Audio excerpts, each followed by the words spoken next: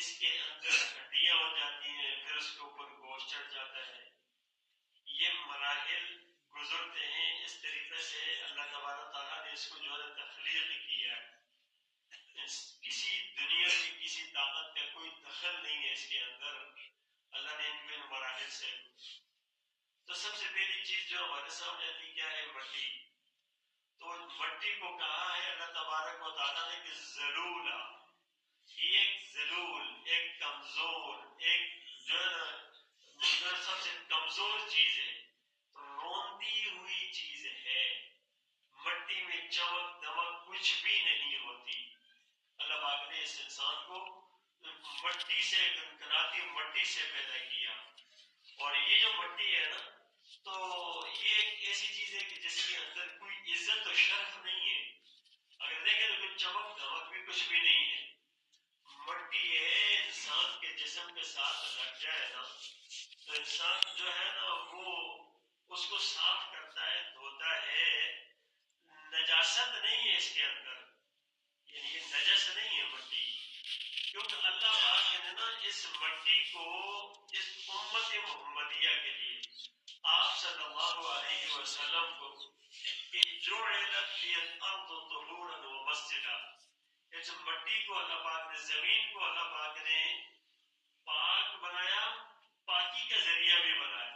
کہ جس وقت آپ کے پاس پانی نہیں ہوتا ہے تو تیمم کرتے ہیں، تو تیمم اسی مٹی سے کرتے ہیں، تو اس کو اس کا بدل بھی بنایا.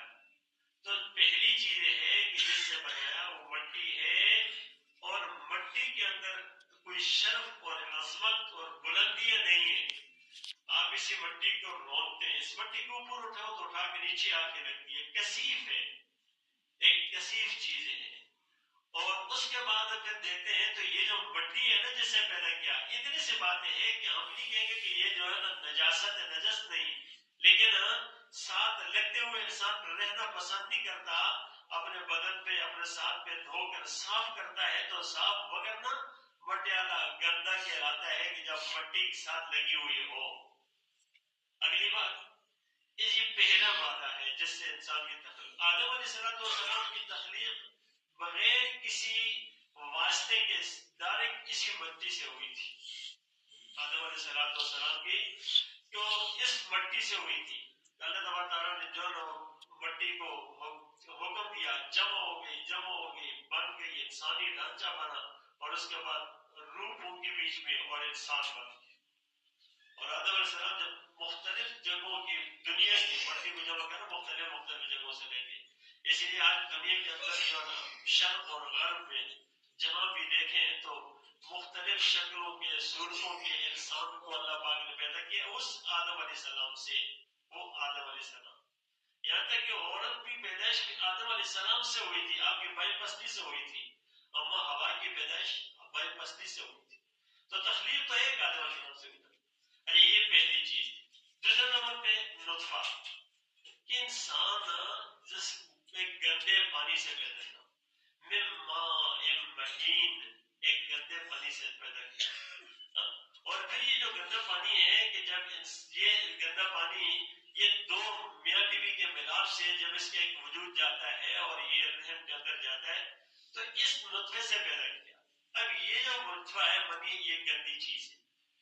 اب اگر کسی انسان سے اس کا خروج ہو جائے، نکل جائے، تو انسان کیا ہوگا؟ یہ اتنا گندا ہو جاتا ہے نا کہ یہ نماز پڑھنا تو دور کی بات ہے، مسجد کے اندر نہیں آ سکتا، مسجد کے اندر پاک جگہ پہ نہیں جا سکتا، قرآن کو ہاتھ نہیں لگا سکتا، قرآن کو پڑھ بھی نہیں سکتا. یعنی یہ اللہ نے انسان کی تخلیق کی طرح اس کو بتا کر، تم دیکھتے نہیں ہو کہ تمہیں کس چیز سے پیدا کیا، یہ بتاتا تم اپنی اصلیت کی طرف دیکھو. تمہارے اندر تکبر کی کیا چیز ہے کہ جو تکبر اور غرور کرنے لگ جاتے ہو؟ تو فرمایا کہ یہ خلق من ماء مہین، اور پھر فرمایا کہ خلق النطفة من علق. اس کے بعد پھر جو اگلا مرحلہ آتا ہے تو یہ جب نطفے کا مرحلہ ہے نا، یہ بھی ناپاک ہے، نجس ہے. اور یہ کہ انبیاء بھی پیدا ہوئے، اولیاء بھی پیدا ہوئے، شرفاء بھی پیدا ہوئے، برے کافر مسلمان جتنے کائنات کے جتنے انسان ہیں وہ اسی سے پیدا ہوئے. تو پھر یہ وہ ہے کہ جس کے ساتھ ناپاکی کا یہ حال ہے کہ آپ اگر منی کا خروج ہو جائے نطفے کا تو انسان صرف جو ہے نا وضو سے بھی پاک نہیں ہوتا, اس کو غسل کرنا پڑتا ہے اور غسل کر کے پھر جا کر وہ پاک ہوتا ہے اور وہ بھی غسل کے اندر فرائض ہے پورے کرتا ہے. غسل کے جو ہے 3 فرائض ہیں ان کو پورا کرے گا تب جا کر غسل اس کا صحیح ہوگا. اور اس کے اگر 3 فرض میں سے کوئی ایک فرض بھی رہ گیا نا تو پھر بھی غسل نہیں ہوگا. اس کا مطلب یہ ہے اس کی تطہیر کا پاکی کا طریقہ بھی آسمان سے آیا, آسمان سے آیا وہ زمین سے نہیں. بھائی تم اس حال میں پاک ہوگے تو تب ہوگے جب یہ 3 فرائض پورے کرے گا. منہ میں پانی ڈالنا, حلق تک پہنچانا اچھی طریقے سے, روزے کی حالت نہ ہو تو اس میں, اور ناک میں پانی ڈالنا, نرم گوشے تک پہنچانا, اور پھر پورے بدن پہ پانی بہانا کہ ایک بال کے برابر جگہ خشک نہ رہے. یہ 3 فرائض ہوں گے تو تب جا کر غسل ہوگا. اور اس کے اندر بھی پھر سنت طریقہ بھی بتایا, سنت طریقہ سے پورا وضو کرنے پہ انسان, اور وضو کرنے کے بعد سب دونوں غسل کرے. تو یہ دوسرا مرحلہ ہے. اس سے پھر اس کے بعد کسی کو آگے یہ خون بن جاتا ہے, اسی سے اس نطفے سے جب وہ خون بن جاتا ہے. جب خون بن جاتا ہے اس سے نا تو خون کی نجاست پر تو کسی کا اختلاف نہیں ہے, سب کہتے ہیں کہ نجس ہے, خون نجس ہے. اگر خون انسان کے اندر ہے تو خون انسان کے بدن سے نکلے تو نجس ہے, اور اگر وہاں خون ہے کہ جہاں پر بچہ پیدا ہو رہا ہے بن رہا ہے اس خون سے تو وہ بھی نجس ہے. اس کے کیا مطلب ہوا کہ شرافت والی کون سی بات ہوئی, اس نجاست در نجاست کے اندر انسان تھا. اور اللہ تبارک و تعالیٰ نے پھر اسی کو اسی طریقے سے جو مراحل اس کے مزید گزرے اس کے بعد جا کر فرمایا کہ پھر فرمایا کہ فی ظلمات ثلاث, ہم نے ان کو 3 اندھیروں کے اندر پیدا کیا. اللہ پاک فرماتے ہیں ہم نے 3 فی ظلمات ثلاث 3 اندھیروں کے اندر پیدا کیا. پہلا اندھیرا کون سا ہے؟ ماں کے پیٹ کا اندھیرا, ماں کے پیٹ کے اندر اندھیرا. دوسرا اندھیرا کیا ہے؟ وہ رحم مادر میں, یعنی جو بچہ جہاں ہوتا ہے نا تو اس کا اندھیرا ہے. اور تیسرا اندھیرا کیا ہے کہ بچہ جس جھلی میں ہوتا ہے نا, جھلی اوپر ایک پردہ سا بڑا ہوتا ہے جھلی, اس کے اندر کا اندھیرا ہے. تو یہ فی ظلمات ثلاث 3 اندھیروں کے اندر ہے یہ بچہ. اور وہ بچے میں اور آپ میں, بھائی ہم تو سوچتے ہیں میں اور آپ ہیں, ہم یہی بچے اسی طریقے سے اس تخلیق کے اس پروسیس سے ہو کر دنیا کے اندر آئے. تو کون سے غرور کی بات ہے, کس چیز کا غرور ہے انسان کو لگا, کیا تکبر ہوگا؟ یہ ہے ہماری پیدائش کی وہ اصلیت. اللہ نے فرمایا یہاں 3, پھر خوراک کیا تھی, پھر خوراک کیا بنی؟ خوراک اس وقت جو بچہ اس پیٹ کے اندر وہاں جب ہوتا ہے نا, اس کی خوراک وہ جو عورت کو حیض کا خون آتا ہے نا وہ خوراک بنی تھی پیٹ کے اندر. لیکن راستہ اللہ پاک نے اس کے لیے, کیونکہ نجاست کے خون کا نا راستہ منہ کا نہیں رکھا, اللہ نے اس ناف کا راستہ رکھا, اور اس کے ذریعے سے یہ خوراک اس کو پہنچتی رہی ہے. جو اس بعد اس کو جو بیماری نہیں آتی نا جو عورت کو نا, تو اتنے عرصے تک یہ خون وہاں جا کر اس کے بچے کا جو بدن کا جز بن رہا ہوتا ہے اور اس کو وہ خوراک بنتی ہے. تو میرے پیارو انسان تخلیق اللہ پاک نے قرآن کے اندر کیوں یہ فرمایا کہ میں نے ایسے پیدا کیا, ایسے پیدا کیا, ایسے پیدا کیا, یہ ساری تخلیق کیوں بتائی جا رہی ہے؟ اس لیے بتائی جا رہی ہے کہ انسان اپنی تخلیق پر غور کر کے سوچے کہ میری تخلیق اس طریقے سے ایک حقیر چیز سے ہوئی ہے, میں تکبر کس چیز پہ کروں, تکبر کس چیز پہ کروں؟ ایک متکبر انسان تھا نا, ایک اللہ والے کے پاس سے گزرا نا, تو بہت غرور سے تکبر کیا, اور وہ جو نا بڑا اور سے سینہ تان کے اور اکڑ کر چل رہا تھا. تو صلی اللہ نے کہا بھائی اکڑ کے نہ چل. پھر قرآن کی آیت پڑھی انک لن تخرق الارض ولن تبلغ الجبال طولا ولا تمشي في الارض مرحا, زمین پر اترا کے نہ چل, تیرا اترا کر چلنا, غرور سے چلنا, تکبر سے چلنا, نہ تو زمین کو پھاڑ سکتا ہے, نہ آسمان کی بلندیوں کو چھو سکتا, کچھ بھی نہیں کر سکتا, نہ پہاڑوں کو سر کر سکتا ہے, تیرا اندر کیا تکبر کی چیز.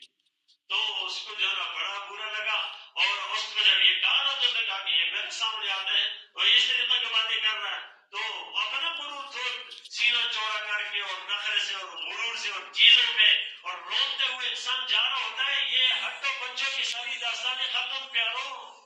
یہ دنیا کے اندر یہ نخرے یہ بات پہ گئے نا تو نہ ادھر جو ہے نا کوئی آرڈر چلے گا، نہ اشارے چلے گا، نہ کچھ اور چلے گا، خالی قبر ہوگی اور پھر پتہ چلے گا. تو اس نے کہا بھائی آپ یہ اکڑ کے نہیں چل رہا. تو اس نے کہا بھائی میں غرور سے اور تکبر سے یہ کیوں نہ چلوں، میں بہت بڑا ہوں. دنیا میں نا بہت بڑا. اس نے کہا بڑا ہے آپ کے اندر، بڑا ہی کیا چیز ہے؟ اس نے کہا تو کچھ بھی نہیں ہے تیرا. اس نے کہا کیسے نہیں ہے؟ اس نے کہا پتہ ہے کیا، سب سے پہلے تو ایک حقیر سے پانی سے پیدا ہوا، یہ تیری ابتدا ہے. اور تیری انتہا کیا ہے؟ وہ ہے کہ جس وقت تیرا جو ہے نا روح پرواز کر جائے گی اور قبر کے اندر جائے گا اور مردار ہوگا اور جیفا ایک مردار ایک جسم ہوگا اور اس وقت اس کے اوپر جو ہے نا کیڑے مکوڑے آ جائیں گے اور کھائیں گے اور ختم کر دیں گے. تیرا گوشت ان کی غذا بن جائے گا اور تیرا پہلا ابتدا جو ہے نطفے حقیر سے اور تیرے انتہا یہ اور اس کے درمیان میں جو تیرا جتنا عرصہ ہے نا گندگی لے کر پھرنے والا انسان ہے. تیرے اندر کیا چیز ہے؟ آج بھی گندگیوں کا ڈھیر نہیں. اور کیا چیز ہے ہمارے اندر سے؟ کیا نکلتا؟ نجاست نکلتی ہے. اور جس وقت نجاست نکلے، جس وقت یہ ہو انسان کو کہتے ہیں کہ کیسی بات ہے، اس وقت اس حقیقت کو انسان نہیں دیکھتا. اس وقت انسان کہتا ہے یار پتہ نہیں کیا کر لوں، لیکن اسی کو ادھر ادھر گھوم رہا پھر رہا ہے نا. اور یہ ہے اب ایک تو وہ جو اللہ تبارک نے انسان کے اوپر رکھا نا، یہی ہے نجس. کہ ہمارا ایک پیشاب کا قطرہ نکل جائے تو ہم کتنا نجس ہے. اور ہمارے اندر ہے کیا چیز ہے؟ اب میرے پیاروں ایک تو یہ چیز ہے نا انسان، ہم اس کے اوپر فخر کر رہے ہوتے ہیں، بدن پر فخر کر رہے ہوتے ہیں، جسم پر فخر کر رہے ہوتے ہیں. بڑا سمارٹ بدن ہے، ٹھیک ٹھاک ہے، حسن ہے، بہاریں ہیں، چمک دمک ہے. کچھ بھی نہیں ہے، خاک ہے. ایک ذرا تھوڑا سا انسان بیمار پڑا تو چہرے پہ جھرلی آ گئی، آنکھیں اس کی اندر دھس گئی اور مرنے کو کیا ہوا، تو بڑا اچھا تھا، فلانا تھا. کیا اتنا سرے ہوتے ہیں پھر اس وقت، یہ تو بڑا ٹھیک ٹھاک تھا، پرانی تصویریں لے کے دکھاتے ایسا تھا یہ ایسا تھا، یوں تھا یوں تھا. اب کیا ہوا؟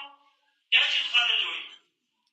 تو ہمارے پاس ہمارے اختیار میں کچھ نہیں ہے. اپنی بیماریوں کو ہم نہیں روک سکتے، اپنے آپ کو ہم ہلاکت سے نہیں روک سکتے. ایکسیڈنٹ ہو جائے، گر جائے، پہاڑ سے چوٹ لگے، کچھ بھی ہو جائے، نہیں بچا سکتے اپنے کو. ہمارے اختیار میں کیا چیز ہے؟ پھر فخر کس چیز کا؟ یہ ہے کہ اللہ کی نافرمانیاں لگی ہوئی ہیں اور اس کی نافرمانی کرتے چلے آ رہے ہیں اور اپنے آپ کو مزید گراتے چلے جا رہے ہیں. تو میرے پیارو یہ ہماری حقیقت ہے پیدائش کی تخلیق کی. ذرا غور کرے انسان کہ اس میں عزت و شرف کی کیا چیز ہے. اور ہمارے اس بدن پہ اپنی مرضی سے نہ ایک آدمی بڑا ہوا، چھوٹے سے بڑا ہوا، نہ اپنی مرضی سے اس کا قد بڑھا، نہ اپنی مرضی سے اس کا جسم بڑھا، نہ اپنی مرضی سے اس نے اپنی کوئی طاقت اور قوت لے لی. اب دیکھ رہے دنیا کے اندر انسان چھوٹا ہے کہ بڑا ہے، فقیر ہے کہ کمزور ہے، موٹا